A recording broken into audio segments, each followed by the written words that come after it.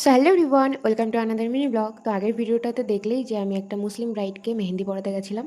তো প্রায়ই দেখো আমি মঞ্জিষ্ঠাদের বাড়ি যাই। আজকে ও আমাদের বাড়ি এসছে অনেক বছর পর, বছরই প্রায় 2-3 বছর পর মনে হয় ও আমাদের বাড়ি এসছে। তো ও আর আমি ফ্রুটি খেয়ে নিলাম, তারপরে বেরিয়ে পড়লাম। তো আগের ভিডিওতে যাকে দেখেছিলে যে আমি মেহেন্দি পরাতে গেছিলাম, আর তাকেই আমার বান্ধবী মানে মঞ্জিষ্ঠা সাজাতে যাচ্ছে। মানে আমি ঠিক করে দিয়েছিলাম, ওরা বলছিল যে একটা ভালো মেকআপ আর্টিস্ট। তো আমার ভালো মেকআপ আর্টিস্ট আবার কে হতে পারে? আমার বান্ধবী। তো আমি ওর সাথে এসেছিলাম, ও যেহেতু বাড়ি চেনে না, আর আমি কি করব, আমি ওর হাতে হাতে কিছু কিছু জিনিস দিচ্ছিলাম আর বসে বসে গল্পই করছিলাম।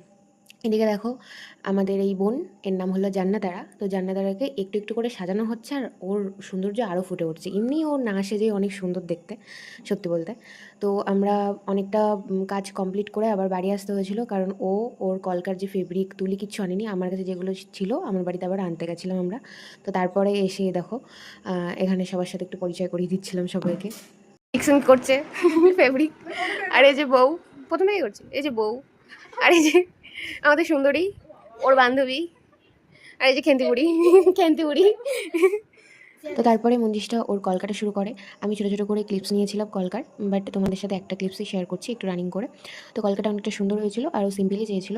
আর ওদের মধ্যে কী নিয়ম আছে সত্যি আমি বুঝি না। একটা শাড়ি পরে ওরা সাজুগুজু করলো। বউ গেছে বিয়ে করতে অর্ধেক সেজে, তারপরে আবার অর্ধেক সাজতে আসবে বিয়ে অর্ধেক করে।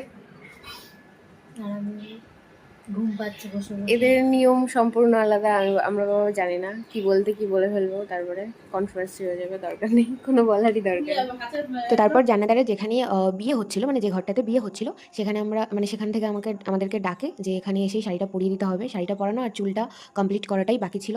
তো ওর শ্বশুরবাড়ির লোক এখানে সবাই ছিল, মানে বউ, তারপর মেয়েরা সবাই ছিল।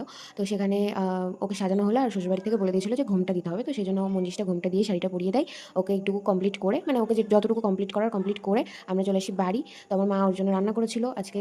ওদের বাড়ি গিয়ে আমি সবসময় খাই, আমাদের বাড়ি আসেই না বলতে গেলে, সেই জন্য মা একটু ছোট্টখাটো একটু কিছু আয়োজন করেছিল, মাংস আর একটা তরকারি, চাটনি পাঁপড়, এইটুকুই ব্যাস, আর কিছুই করতে পারিনি। মারও সেদিন অনেক কাজ ছিল। তো আমার বান্ধবী চলে গেছে এই কিছুক্ষণ আগে, 10 মিনিট আগে। ভিডিও করতে ভুলে গিয়েছি, কারণ ওর গাড়ি মানে স্কুটিতে করে হয়ে এসছে। স্কুটিটা যার যা বসানো ছিল আমার বাবা স্কুটিটা নামিয়ে দিল, তারপর মা কটা ডাঁটা দিল, আমাদের গাছের ডাঁটা, তো সেটা দিলাম, তারপর ভিডিও করতেই ভুলে গিয়েছি। তো যাই হোক, এখন সবাই পড়তে এসছে, আমি পড়াতে বসবো। তো আজকে ভিডিওটা এতটাই, কেমন লাগলো অবশ্যই কমেন্টে জানিও, আর ভালো লাগলে অবশ্যই একটা লাইক করে দিও। তো বাই বাই।